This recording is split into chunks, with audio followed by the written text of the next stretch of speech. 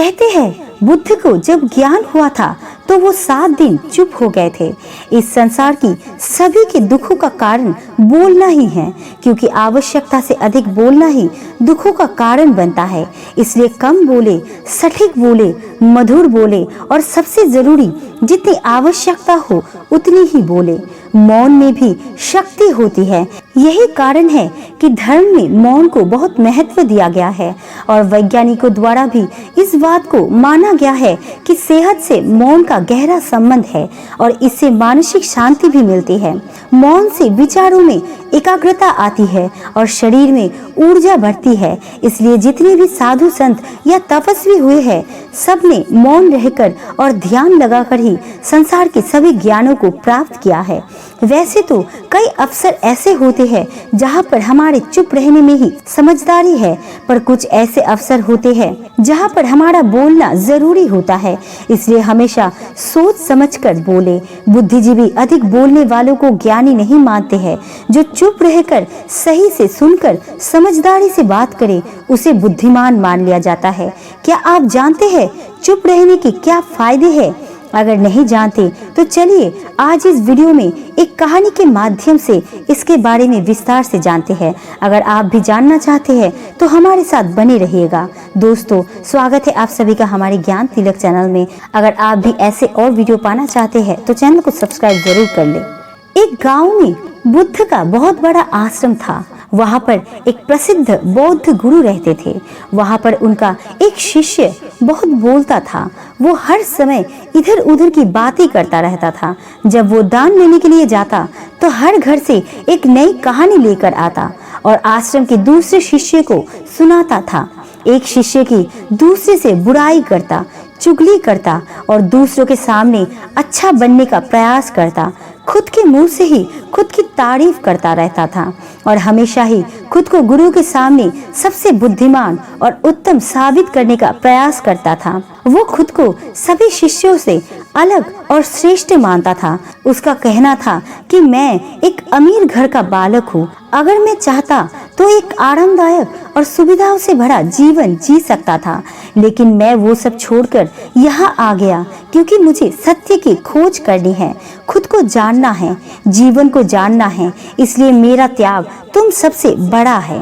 एक दिन गुरु ने आश्रम के सभी शिष्यों को बुलाकर कहा, आप सभी को अगले 1 माह के लिए कोई ना कोई संकल्प लेना है।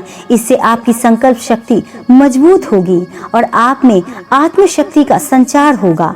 आप सभी अपने सामर्थ्य के अनुसार कोई भी संकल्प ले सकते हैं और यदि 1 माह से पूर्व आप में से जिस का भी संकल्प टूट जाएगा तो वो अपनी पुरानी दिनचर्या में वापस आ जाएंगे। सभी शिष्यों ने अपनी शक्ति के अनुसार छोटे बड़े संकल्प लिए और गुरु को अपने अपने संकल्प के बारे में बताकर वहां से चले गए। लेकिन वो शिष्य जो खुद को सबसे अलग और बड़ा दिखाना चाहता था, वो सीधे गुरु के कुटिया में पहुंच गया और बोला, मैं कोई छोटा मोटा संकल्प नहीं लेना चाहता, बल्कि खुद की ही भांति एक बड़ा और महान संकल्प लेना चाहता हूँ। गुरुदेव, कृपया आप ही बताएं मुझे क्या संकल्प लेना चाहिए। उसकी ये बात सुनकर गुरु मुस्कुराए और बोले, क्या तुम मेरे द्वारा दिए गए संकल्प को पूरा कर पाओगे? क्या तुम्हारे लिए उसे पूरा करना संभव होगा? शायद नहीं, वो तुम्हारे लिए संभव नहीं है। तुम उसे पूरा नहीं कर पाओगे, इसलिए तुम खुद ही कोई संकल्प ले लो। गुरु ने कहा। शिष्य ने कहा, नहीं गुरुदेव, आप जो भी संकल्प मुझे देंगे मैं जरूर उसे पूरा करूंगा। गुरु ने कहा, ठीक है, तो तुम अगले 1 माह तक चुप रहोगे, मुंह से एक शब्द भी नहीं निकालोगे, यही तुम्हारा संकल्प है। शिष्य ने कहा, गुरुदेव, ये भी कोई संकल्प है? ये तो बहुत ही आसान है। 1 माह तक चुप ही तो रहना है। आप कोई बड़ा संकल्प दीजिए जो मेरी योग्यता के लायक हो, जिसे पूरा करने में मुझे समस्या हो। गुरु ने कहा, पहले तुम इस संकल्प को पूरा करके दिखाओ। शिष्य ने गुरु की बात मान ली और वो उसी समय चुप हो गया और पलटकर कुटिया से बाहर चला गया। उसे चुप रहना बहुत आसान लग रहा था। उसने एक दिन तो जैसे तैसे चुप रहकर काट लिया, लेकिन दूसरे दिन से उसके मन में ना बोलने का बोझ बढ़ने लगा। तीसरे दिन उसे भारीपन महसूस होने लगा और चौथे दिन उसके अंदर एक अजीब सी बेचैनी होने लगी, क्योंकि आसपास आश्रम के सभी शिष्य एक दूसरे से बात कर रहे थे। वो भी अपना पक्ष उनके सामने रखना चाहता था, उनकी बोलती बंद कर देना चाहता था, लेकिन उसका संकल्प उसके आड़े आ रहा था। इसलिए वो पूरे दिन सिर्फ मुंह और आंखें बनाता रहता। इसी तरीके से कुछ दिन और बीते और वो शिष्य बीमार पड़ गया। उसका सिर फटा जा रहा था, उसका खाने पीने तक का मन नहीं कर रहा था, वो सिर्फ बोलना चाहता था। वो गुरु के पास गया और उनके सामने बैठकर लिखकर उन्हें बताया कि गुरुदेव, मैं बोलना चाहता हूँ, बिना बोले मुझे सांस नहीं आ रही, मेरा दम घुटता जा रहा है, मैं अंदर ही अंदर पागल हुआ जा रहा हूँ, मैं क्या करूँ, संकल्प तोड़ दूं क्या? ये पढ़कर गुरुदेव मुस्कुराए और बोले, संकल्प तो तोड़ने के लिए ही होते हैं, लेकिन जो अपने संकल्प को पूरा कर लेता है वही अपनी आंतरिक शक्ति को बढ़ाता है, और जो अपनी आंतरिक शक्ति को बढ़ा लेता है वो समाज और जागृति की राह पर आगे बढ़ जाता है। संकल्प का लेना भी तुम्हारे हाथ में था और इसे तोड़ना भी तुम्हारे ही हाथ में है। तुम्हारे बहुत से भाई अपने संकल्प को तोड़कर अपनी पुरानी दिनचर्या पर वापस आ चुके हैं। अगर तुमसे नहीं हो पा रहा तो तुम भी संकल्प को तोड़कर अपनी पुरानी दिनचर्या पर वापस जा सकते हो। लेकिन याद रहे, अगर तुम इस छोटे से संकल्प को नहीं संभाल पा रहे हो तो तुम अपनी बाकी की पूरी जिंदगी को कैसे संभाल सकोगे? बाकी फैसला पूरी तरह से तुम्हारे हाथों में है। गुरु की ये बात उस शिष्य के दिल में चोट कर गई। वो बिना बोले वहां से वापस चला गया और खुद को अपनी कुटिया में बंद कर लिया। वो केवल अपने जरूरी कामों के लिए ही कुटिया से बाहर निकलता, बाकी सारे समय कुटिया के अंदर ही बैठा रहता। 15 दिन बीत चुके थे और आश्रम के लगभग सारे शिष्यों का संकल्प अब तक टूट चुका था, लेकिन उसका संकल्प अभी भी जारी था। संकल्प लेने के बाद से अब तक उसने एक शब्द भी नहीं बोला था। सारा आश्रम हैरान था कि इतना बोलने वाला इंसान चुप कैसे हो गया। 15 दिन बीतने के बाद वो दोबारा अपने गुरु के पास गया और लिखकर बताया, हे गुरुदेव, मैं बाहर से तो चुप हूँ, लेकिन मेरे भीतर बहुत सी आवाजें हैं, बहुत सी चीख पुकार और शिकायतें हैं। मैं अंदर ही अंदर बात करता रहता हूँ। मेरा मन तरह तरह के प्रश्न पूछता रहता है। मैं बाहर से जितना मौन हूँ, भीतर से उतने ही शोर शराबे से भरा हुआ हूँ। क्या इस तरह से मेरा संकल्प अभी भी जारी है? गुरु ने कहा, हाँ, तुम्हारा संकल्प अभी भी जारी है, लेकिन जब तक लोगों की ये आवाजें तुम्हारे कानों में पड़ती रहेगी, तुम्हारा मन बोलता रहेगा, क्योंकि इसे तो आदत है बोलने की। तुम भले ही बाहर से चुप रहो, लेकिन तुम अंदर ही अंदर बोलते रहोगे। तुम्हें इन बातों से, इन आवाजों से दूर जाना पड़ेगा। शिष्य गुरु को प्रणाम कर वहां से चला गया और सुबह होते ही अपनी कुटिया छोड़कर जंगल की तरफ चला जाता है। कई दिन बीत जाते हैं, संकल्प का समय भी पूरा हो जाता है, लेकिन शिष्य लौट कर नहीं आया। आश्रम में सभी को डर था कि जंगली जानवरों ने उसे खा न लिया हो। इस बीच उसे ढूंढने की बहुत कोशिश की गई, लेकिन वो कहीं नहीं मिला। सभी गुरु भाइयों ने मान लिया था कि जंगली जानवरों ने उसे अपना शिकार बना लिया है, लेकिन गुरु को ऐसा नहीं लगता था। एक दिन आश्रम का एक अन्य शिष्य गुरु के पास आया और बोला, गुरुदेव, हमारे उस अधिक बोलने वाले भाई के साथ क्या हुआ होगा? क्या जानवरों ने उसे मार दिया होगा? गुरु ने कहा, हो सकता है कि जानवरों ने उसे अपना शिकार बना लिया हो, लेकिन उसके ना लौटने की एक दूसरी वजह भी हो सकती है। शायद उसे वो मिल गया है जिसके लिए वो गया था। फिर शिष्य ने पूछा, गुरुदेव, क्या ज्यादा बोलना इतना हानिकारक होता है? गुरु ने कहा, इंसान के जीवन के बहुत सारे दुखों में से एक दुख ये भी है कि वो कभी चुप नहीं रह सकता, हमेशा कुछ ना कुछ बोलता ही रहता है। सिर्फ हमारे बोलने के कारण हमारे आधे से ज्यादा दुख पैदा होते हैं। परिवार के अधिकतर झगड़ों की वजह हमारा बेमतलब बोलना ही होता है। हम में से कोई भी चुप रहना नहीं चाहता। हम सामने वाले को सुना देना चाहते हैं, जो भी हमारे मन में है सब निकालकर उसके मन में बैठा देना चाहते हैं। उसे समझा देना चाहते हैं कि देख, तू गलत है और मैं सही।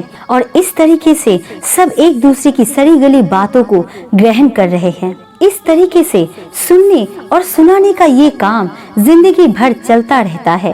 लेकिन इस नासमझे में हम अपना समय, अपना जीवन, अपनी समझ और सबसे महत्वपूर्ण वो कीमती पल जो जिए जा सकते थे, जिनको अनुभव किया जा सकता था, जिनमें आनंद को प्राप्त किया जा सकता था, ये सब खो देते हैं।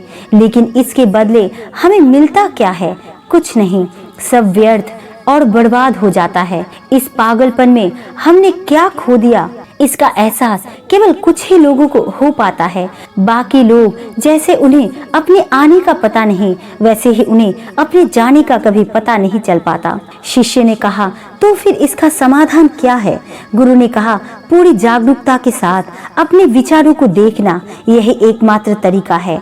सारी मानसिक समस्याओं का वर्तमान में रहकर चिंतन करना, पूरी जागरूकता के साथ अपना काम करना जिंदगी में चमत्कारिक बदलाव ला देता है।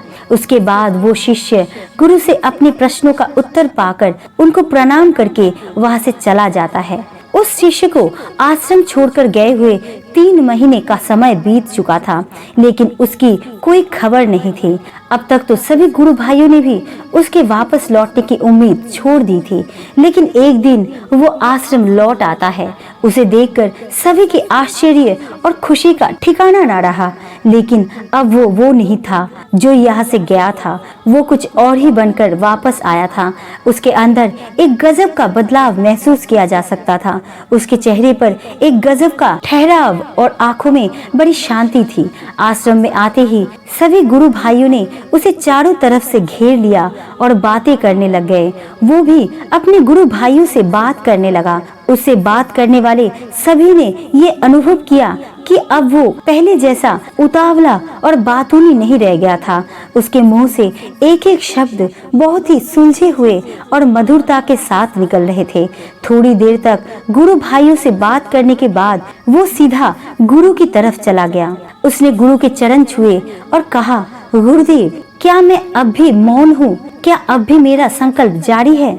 गुरु ने कुछ देर तक शिष्य की आंखों में बड़े ध्यान से देखा और कहा, हाँ, तुम अब भी मौन हो। तुम्हारे मुंह से एक भी शब्द निकल नहीं रहा और तुम्हारा संकल्प अभी भी जारी है। शिष्य ने कहा, गुरुदेव, जब मैं आश्रम से गया तो मैं मुंह से तो चुप था, लेकिन मेरे अंदर बहुत सी आवाजें थी, मन में बहुत से प्रश्न थे और वो बंद नहीं हो रहे थे। तो मैं जंगल में चला गया इस उम्मीद से कि वहां मुझे शांति मिलेगी और मेरे मन के अंदर का बोलना कम हो जाएगी। लेकिन मैं जितना एकांत में जाता गया, मेरे अंदर की आवाज उतनी ही तेज होती गई। मेरे भीतर की पुरानी से पुरानी आवाज मुझे सुनाई देने लगी। तब जाकर मैंने महसूस किया कि मैं कितना गलत कर रहा था। जब मैं अपने परिवार वालों और दोस्तों को और अपने गुरु भाइयों को बुरा भला कहता था, तो उस समय मुझे लगता था कि मैं सही कर रहा हूँ। जब मैं गुरु भाइयों की एक दूसरे से चुगली करता था और उनका मजाक बनाता था, तब भी मुझे यही लगता था कि मैं उनसे बेहतर हूँ और मैं सही कर रहा हूँ। उस दिन मैंने पहली बार महसूस किया कि मैं कितना गलत बोलता था। काफी दिनों तक ये आवाजें, ये शिकायतें मेरे अंदर चलती रही, लेकिन धीरे धीरे करके एक दिन ये सारी आवाजें मेरे अंदर से समाप्त हो गई। अब मैं भीतर से भी मौन हो गया। उस घने जंगल में बाहर से कोई बोलने वाला नहीं था और भीतर से कोई आवाज बची ही नहीं थी। और मैं उस दिन पहली बार मौन का सही अर्थ समझा। मेरे चारों तरफ बहुत शांति थी। हालांकि अभी भी कुछ आवाजें आ रही थी जो पहले भी आती थी, लेकिन मैं उन्हें सुन नहीं पाता था। पर अब वो सभी आवाजें मुझे स्पष्ट रूप से सुनाई दे रही थी। हवा के चलने की आवाज, चिड़ियों की चहकने की आवाज और पानी के बहने की आवाज, ये सभी आवाजें मैंने पहली बार पूरे होश पूर्वक सुनी। अपने चारों तरफ इतनी शांति मैंने पहले कभी महसूस नहीं की थी। तो उस शांति को भंग करने के लिए मैंने पहली बार अपने मुंह से कोई शब्द निकाला। मैं चिल्लाया, हे ईश्वर, ये कैसी शांति है? सभी कुछ इतना शांत क्यों है? ऐसा क्या हो गया? लेकिन मेरे चिल्लाने के बाद भी वो शांति भंग नहीं हुई। सब कुछ पहले के जितना ही शांत था, बाहर भी और अंदर भी।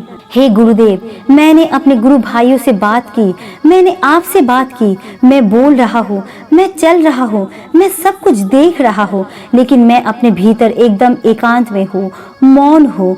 भीड़ में होता हूँ तब भी भीतर से अकेला एकांत में होता हूँ। जब मैं खुद में भी शोर करना चाहता हूँ तब भी एकांत में ही होता हूँ। अब सब दिखाई पड़ने लगा है, सब सुनाई पड़ने लगा है। गुरु ने कहा, जब तक हम बाहर की तरफ बोलते रहेंगे भीतर अशांति ही रहेगी, लेकिन जिस दिन हम भीतर की तरफ मौन हो जाएंगे तब हमारे मुंह से कुछ भी नहीं निकलेगा, हम शांत ही रहेंगे। दुनिया में जितनी भी बुराइयां है ज्यादातर हमारे बोलने से ही उत्पन्न होती है, क्योंकि हम चुप रहना नहीं चाहते। हम जितनी जरूरत है उससे कहीं ज्यादा बोलते हैं। हम सामने वालों को सुनना नहीं चाहते, बल्कि उसकी बोलती बंद कर देना चाहते हैं। उसे समझा देना चाहते हैं कि मैं कौन हूँ, मैं क्या कर सकता हूँ, और यही हमारी जिंदगी का मकसद बनकर रह जाता है। हमारी सारी ऊर्जा इस व्यर्थ के बोलने में बर्बाद होती रहती है।